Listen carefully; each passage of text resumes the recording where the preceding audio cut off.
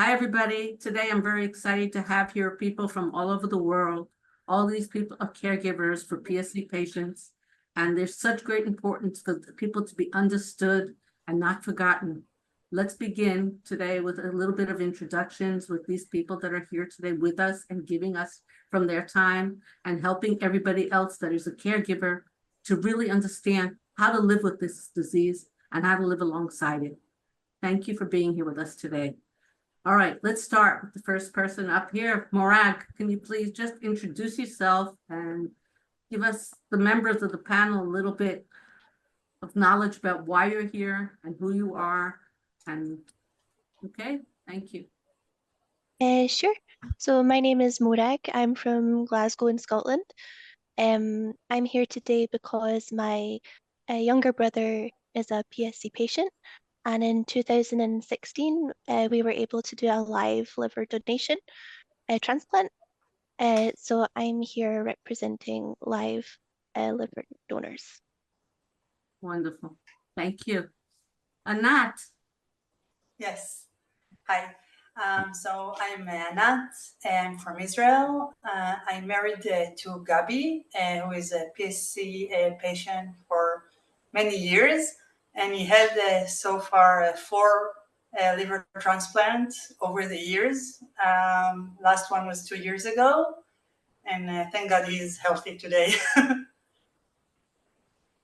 Ian. Ian Travis from Canada, husband to a Jessica who had PSC. She's had a living donor transplant in December 22. And I was the living donor here to represent the living donor and bring awareness. Thank you. Ellen. Hi, I'm Ellen, also from Israel, wife of Chaim. He was, I like to use the word was, sick with PSC for about, that we know of, 21 years ago was diagnosed. He had his transplant in July of this year. So we're getting to actually a 3-month day mark. Really exciting. His life has changed even in that amount of time. And I'm here as, representing caregivers. All right. Mary, last but not least. Hello, everybody. I'm Mary. I live in Canada. I'm also a US citizen, so I guess I'm representing both today. And I am a mom to a young adult who is living with PSC, who was diagnosed as a teenager. So I'm here bringing the parent perspective of caring for somebody living with PSC. All right. Each of you has a really long story, and I'd like to hear in short what you guys went through or are going through. I think this is something that is really important for people to understand. Each of you has their own story behind you. Would like to start with this. I think maybe Mary. Mary, you have some exceptional things to tell us, I know. Sure.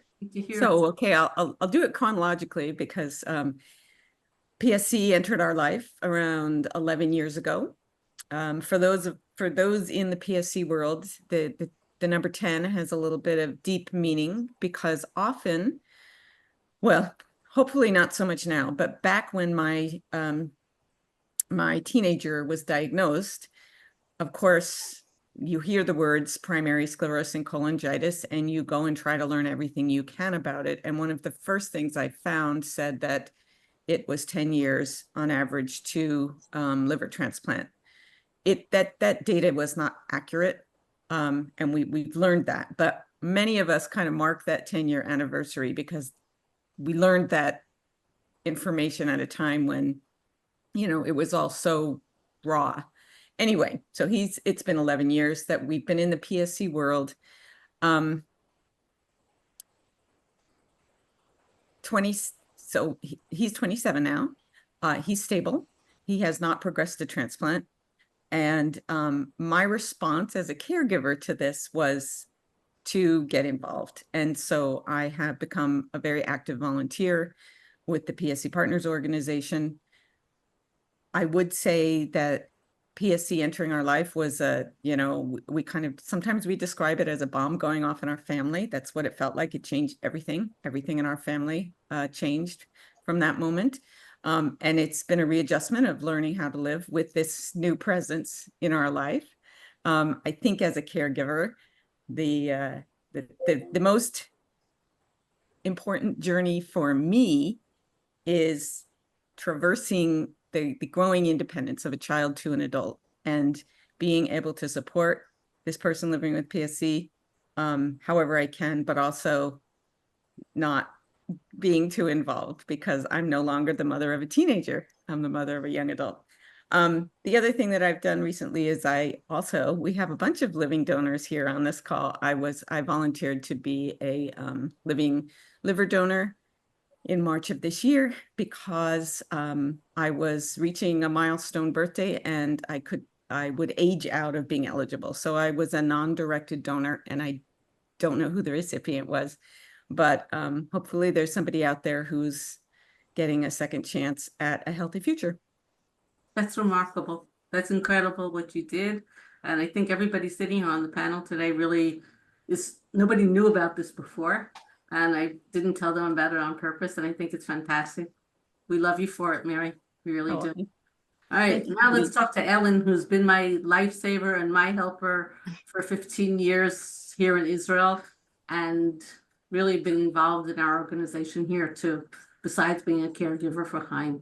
Okay, Ellen, tell us your story a little bit, what you guys went through. Okay, I wrote some things down so I won't forget things, but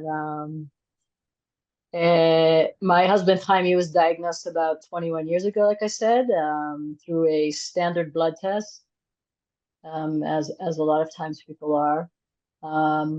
He's actually from Holland. In Holland, they don't really do blood tests, so he could have been he might have had PSC before we immigrated to Israel, but we don't know. At any rate, when we were first given this diagnosis, it was really unsure, and he was hospitalized with all these tests. There was no information available in Israel in Hebrew. Everything was in English.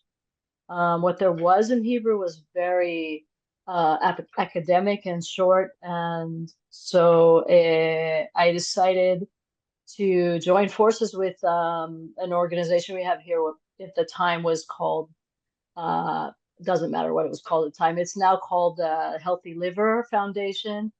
And there, what I did was I had a brochure from PSC Partners, asked for permission, that was translated into Hebrew together with my husband's hepatologist. He helped me translate the more medical terms. We put that brochure out in Hebrew and distributed as much as we could. Also with PSC Partners, it was on their website. It was everywhere that it could be, but mainly my purpose was to find other people in Israel who had been diagnosed with the disease. And at a certain moment, I think it was a few years after we did the brochure, we connected with Cindy and her husband Izzy in a little cafe in a little town.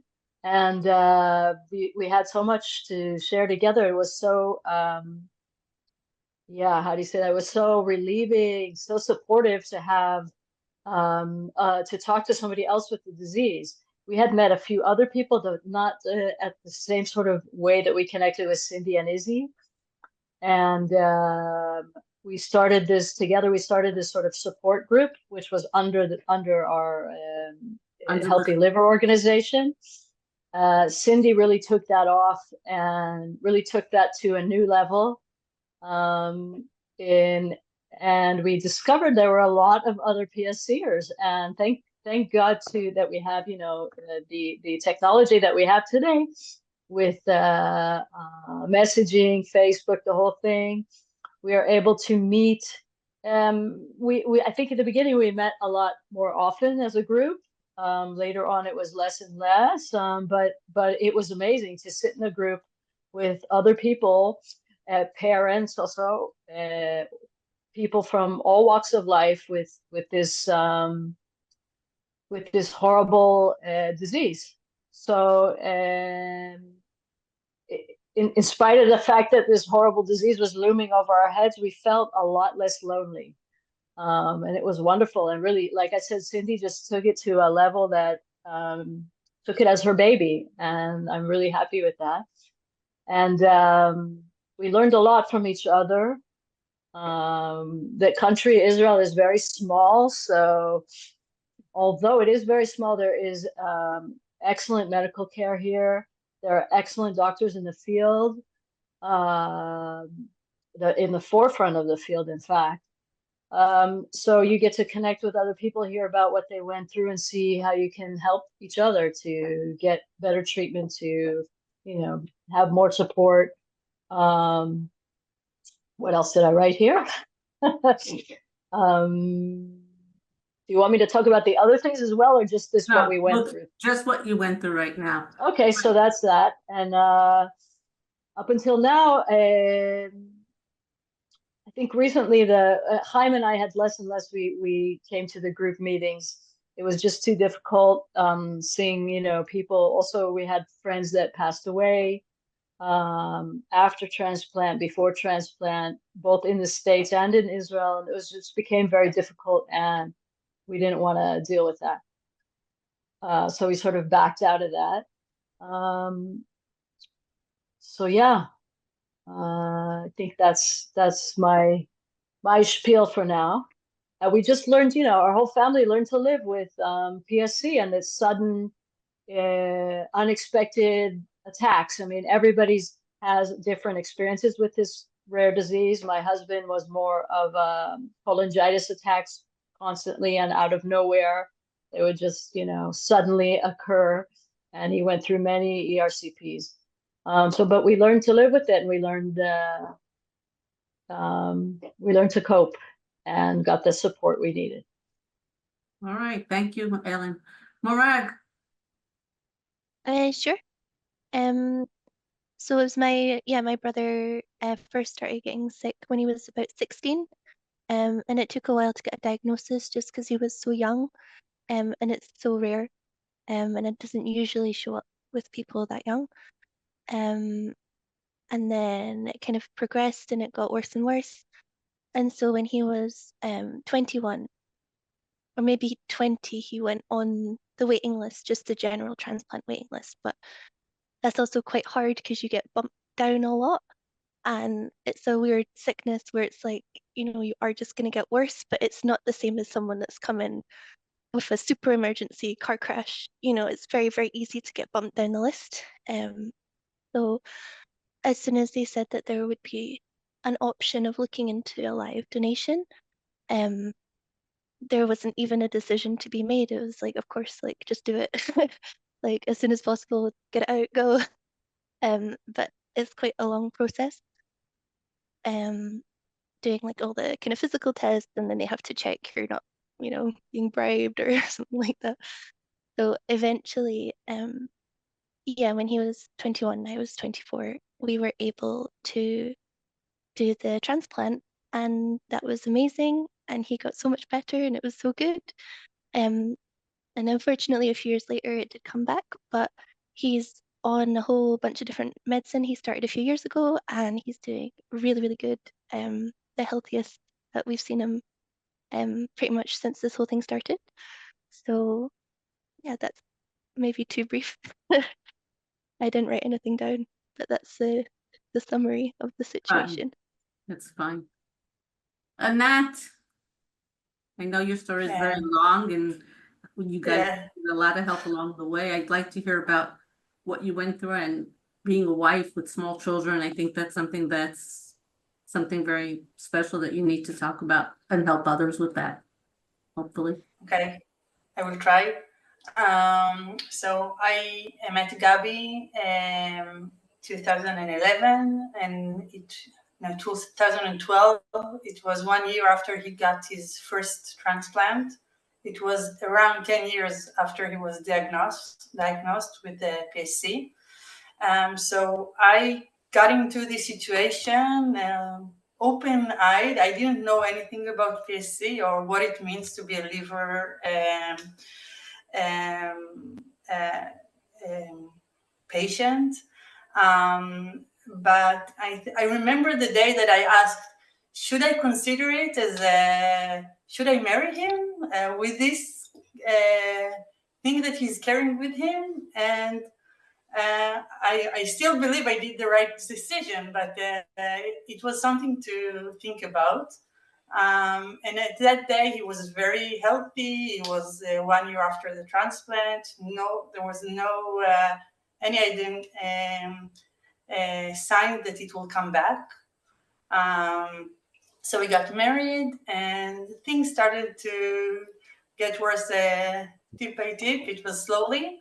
But eventually in 2017, 6 years after the first transplant, he went into the second transplant, and at that time we had a 5 years old baby. It was very difficult. At some point we were both hospitalized at the same time. And I just remember from that it got me to be really, it helped me get perspective on life. What is important, what is less important. And we built a house at the same time. So everything became less critical, because when you fight on your life, it makes you really know what you need to invest and what is important. And I think that's one of the things that I really learned from that situation. And to get a lot of help as much as possible. I had a very supportive family that helped us a lot, of course. And in 2022, after 5 years again, with 2 kids already at home, they were then 5 and 3 years old. He went through the third transplant, again due to PSC. It was the third time it came back. And due to circumstances we don't really know, after 5 months, he had a really bad infection, and he went hospitalized for, it was in total 5 months, and went through his 4th transplant. And that was done in France, in Paris, not in Israel. Since there is no enough experience in Israel to do 4th transplant, and the waiting list is too long, and he would not survive it. So we decided to do it abroad, which was a very hard decision to make. We had to decide if we are leaving our support in Israel, which is the family and how you manage with the kids, but you fight for your life. So we did the decision. We made the decision. It was not easy, but it was a good one, because it was amazing experience. But we survived it because we got a lot of help, also professional help. This is, I think, if I need to recommend on one thing, is to get professional help for the caregivers, and not only for the patients who need to take it anyway, and it's important, but for me it was a lifesaver. And to get professional help from someone who told me that everything I feel or I experience makes sense, and it's okay. And she helped me to learn how to manage the help I get, which is something very difficult. Sometimes people want to help, but they don't know how to, and they give more burden on yourself. So that was a very important thing I learned at the last time. I think that's for now. Thank you. Ian. Okay, that's well, everybody's telling about roughly the same story. So Jess was diagnosed on accident in early 2002. She'll probably correct me for my years after, but it was on accident. So she was dealing with other issues, ulcerative colitis, where they stumbled upon the PSC. So fast forward a few years, we tried to live our lives as normal as possible. And like some other people on here. When you're dealing with health problems, things are put in perspective. Health are big problems, right? They're real problems. So we put those things first. And your day-to-day life of issues seem to not be big issues anymore, you know. So in 2022, we needed a transplant. She needed a transplant, and watching her go through those last stages wasn't life.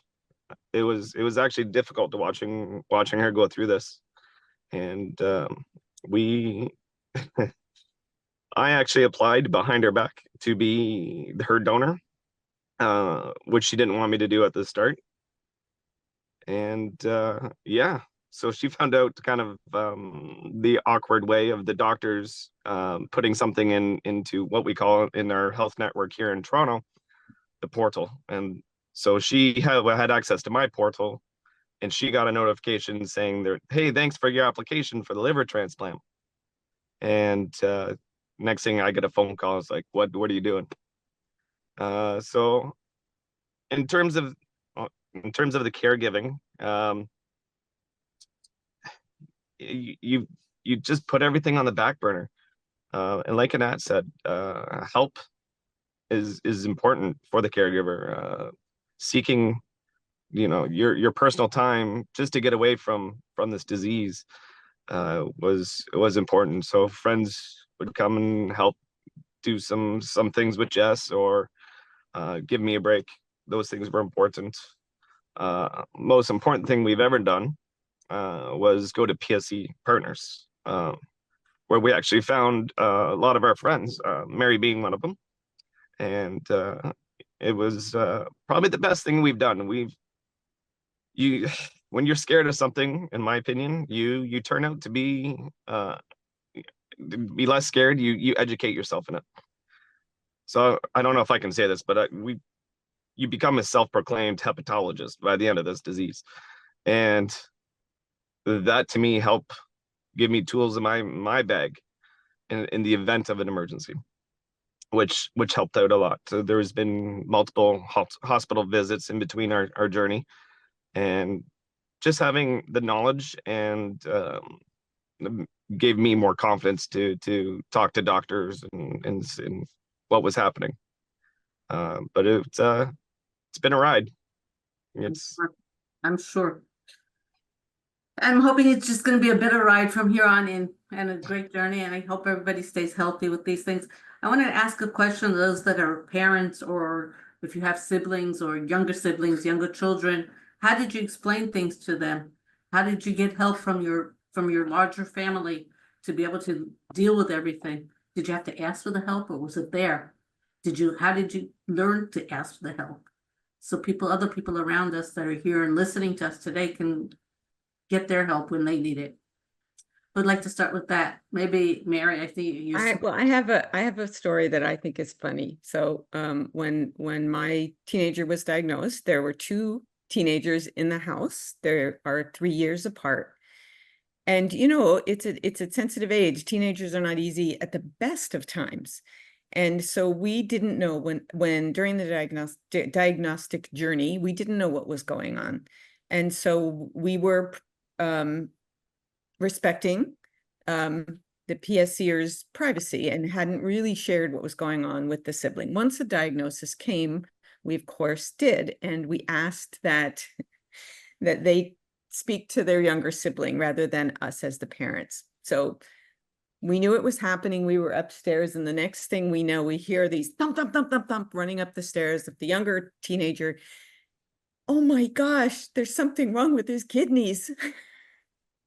So we realized that even the person going through it, who was, a smart young person, was having trouble communicating. So, and didn't even, and I don't know where the miscommunication came, whether it was on the, giving it or receiving it. So that was one challenge, was explaining to people what this is all about. It's complicated, right?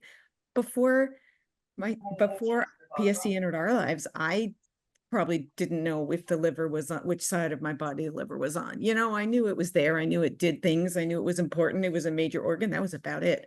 So then having to explain to people in your life what this was all about, what the symptoms were, the unpredictable nature of it.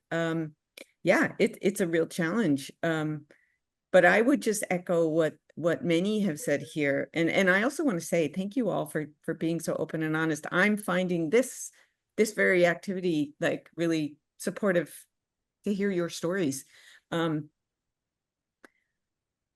There's nothing like the support you get from other people who get it, who live it. It's really almost impossible in my experience to really share with people who aren't in it day to day, whether they're, you know, there's just nothing like other people who live it.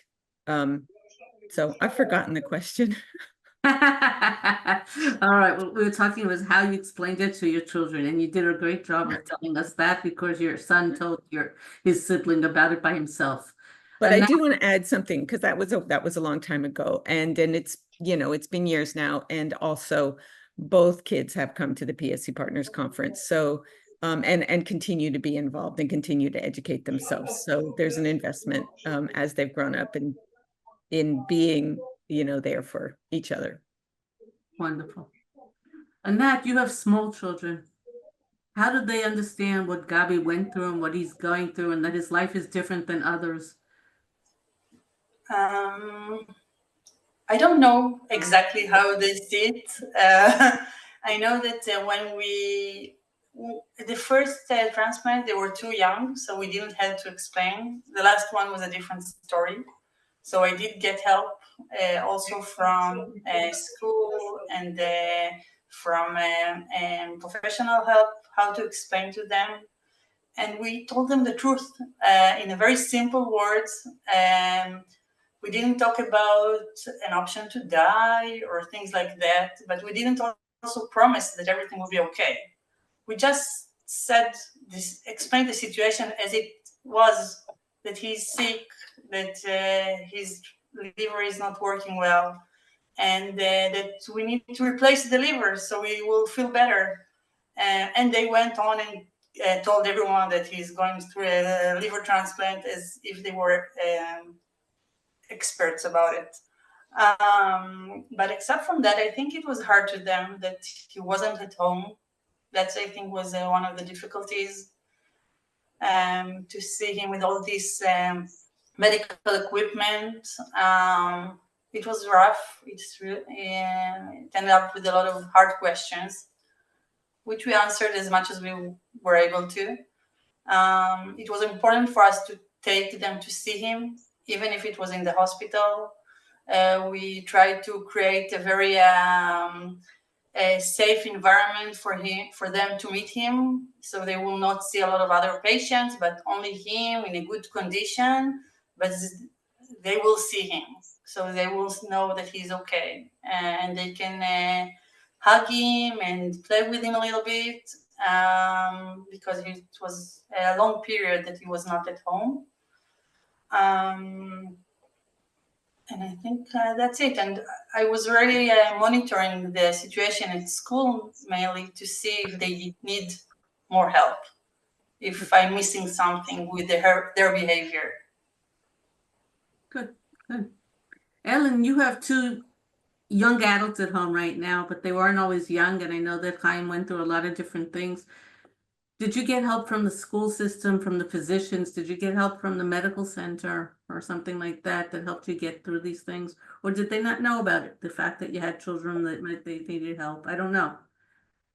Okay, so my husband was diagnosed when my eldest was she was like 3.5, 4, and I was pregnant with my second daughter. So that's when he was diagnosed. He then became sick a few years after that. So he didn't become really sick until I'd say about 10 years into the disease. But when he was in the hospital, he had, he did have cholangitis attacks. When he was in the hospital, he just, that, Papa is sick. And, once in a while, my oldest would want to maybe come visit, or, it depended on what happened. So many things have happened since then, and I can't really go back that far, but I can say, because I simply blocked it out and don't remember, but I can say that more recently, in the last, let's say, 4 or 5 years, my husband, he became very sick, and my youngest daughter, who's now 20, almost 20, 21, she would say she's been at home longer. She's also still at home with us. She'd say, "Oh, Papa's mad. He's getting mad and irritated. Oh, he must be sick." I said, "Yeah, how did you know that?" Things like that. As far as help from like the doctors or that sort of thing, there was no real help with that. I mean, like I think Ian mentioned, educating yourself, that was really important. So that was a lot of what I did. And then also, as Anat said, you don't want to tell them too much. You want to tell them so in a way they can understand it, keep it simple. You don't have to talk about, this disease, you're going to die and there's nothing you can do. That doesn't help. And there's no point to that, especially for a little kid. They don't need that. And when there were problems, we talk about it with them. But basically, we try to talk about things, not too intensely. I think only in the last 10 years or so, they understood how serious this disease was, and they didn't know. Why didn't you tell us? It was so horrible, Yeah. All right, we lost Ellen there for a second, I think.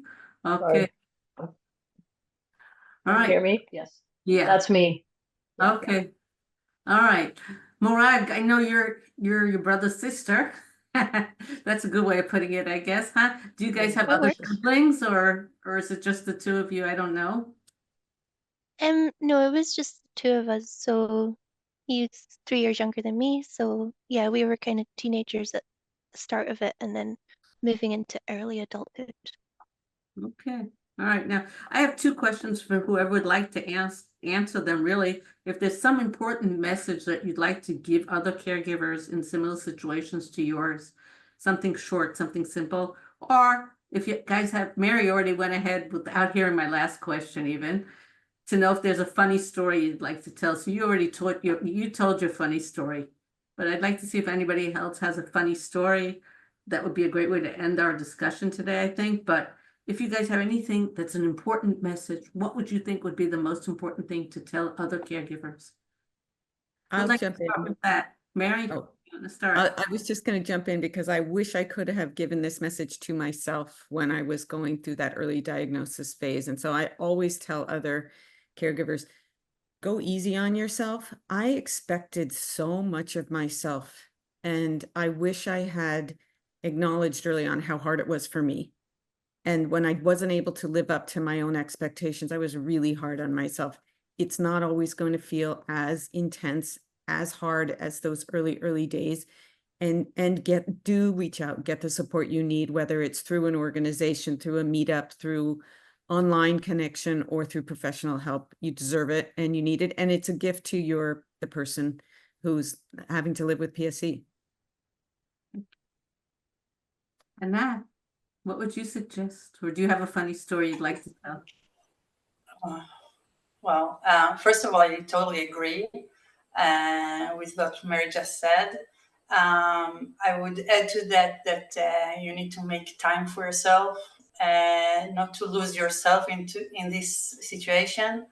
Because if you are in good place, you can help a lot better. I even I stopped working for a while when it was very intense. And after everything went back to normal, I stayed half-time job for a while, for a year, just to give myself more time to heal, actually, even for myself. So I think it's very important. Funny story. I don't know. I have all kinds of funny stories from Gabi's hospitalization, but I don't think that's relevant. All right, no problem. I know that you guys live your lives to the most right now. And I know you travel a lot and you go places with your children and Yes. without your children. And I think that's an important message to give people also, that you have to keep living and to learn how to live alongside Yes, PSC all along the way. I think I agree. I think this is just who we are. But I think that going through this disease makes it more clear that you need to live now and don't wait for things to happen. So we do all the way, all these years, even when Gabi was sick, we continued traveling, we have kids, we build a house, we continue with our lives, and yeah, we try to enjoy it as much as possible. Wonderful. Ian, Some advice for some caregivers. You always put the patient first, right? And I think that's probably the wrong thing to do. Caregivers number one, you got to take care of yourself so you can take care of your number two. Funny story. So coming into transplant, I was doing all the decisions in our family. Sorry, it's just Jess and I. We don't have kids, but we have two dogs, so they're going to be family. So I was making all the decisions in our relationship. Everything from what we were having for dinner to investments to you name it, what bill was going to get paid that week, whatever. Everything was on me. And post transplant now, we're arguing. We never argued before because now we're actually a couple, which is actually really nice. It's kind of funny. I mean, like, you hear a lot of people say, "Oh, I'm arguing with my partner." Well, it's kind of a good thing. There was no arguments before, so I don't know if it's funny, but I don't know. You laugh or cry. You gotta do both, I guess, right? maybe it's because she has part of your liver. Yeah, right. And she's too much like you I'm now. arguing. Right? Yeah. Well, God help us. Oh God. All right, Morag, do you want to end up here too and finish up our discussion from your point with saying something that would be an important message to other people? Um, Caregivers? You don't have I'm to. not if you have anything to I'm add. not sure about caregivers, but I would say for any patients that are really on the fence, very understandably being offered, like a live donation from somebody that they care about and all the worry that they have for that person. Obviously, I can't speak for anybody else's situation, but I would say that, the pain or discomfort, post-operation is absolutely nothing compared to watching somebody that you love suffer. So really take the offer seriously. I understand the knee-jerk reaction to be like, no, I don't want anybody else to be hurt because of me, but just know that they're already hurting, like probably more than they ever would from a physical thing. And they give you lots of drugs for the physical stuff. There's not much you can get for the mental stuff. So I would just say, think about it. Thank you. That's great. That's important, very important. And Ellen, please Yeah, ask your I have a few things. For me, I'm a caregiver for, well, the whole family. Actually, I won't go into each person's problems in my family, but for Chaim, and for myself, I mean, we've known each other for about 30 years now, or actually, no, a lot longer, 35. It's a lifetime, you know. My big problem, and I'll be honest, is I'm not really good at putting myself, or how do I say that, taking care of myself. I need to be reminded of that all the time. I'm always putting the person suffering before myself. I have learned a lot to deal with that. I am a lot better at that, and that takes time. And I learned that, you know, there's a lot of so many things, you know, but one of the more important things is to have patience with yourself, to know that this difficult time, I think Mary said that it will pass, no matter how long. Maybe not now, maybe not in a week, maybe not in a month, but it will pass. I also would say that you got to learn to ask for help. It's something you learn, and you'll be surprised at how much people are really, I mean, really want to help. And like Anat said, you need to, I learned that also from Anat and also from Cindy, you need to tell the person what you want. And you don't have to answer that phone. You don't have to answer the phone all the time. You don't have to make excuses, you know, you're tired, rest, you know. And it's really important to listen to the person, the other person, the person suffering, and not just assume that you know what they're feeling, but to just listen and be patient. That's a really important thing, listening, support. And also, I think Anat said that, you know, when you're feeling better as a caregiver, you can do more for the other person, actually. So taking care of yourself is very important. And as a funny story, I don't have any that I can think of that would be, let's just say, would be acceptable in this forum. So I'll keep it at that. But there's so many funny things. All right. Okay. I think we could go on forever. I think this is a wonderful group of people. I know there's a lot of others out there. I really, really, really appreciate from the bottom of my heart. I know that I couldn't live without my caregivers. When I had to be at the Mayo Clinic for a few weeks, one of my best friend went with me. You know, that was something that I would never have expected from her, but I didn't even have to ask her because she was there for me and I would be there for her at any time as well.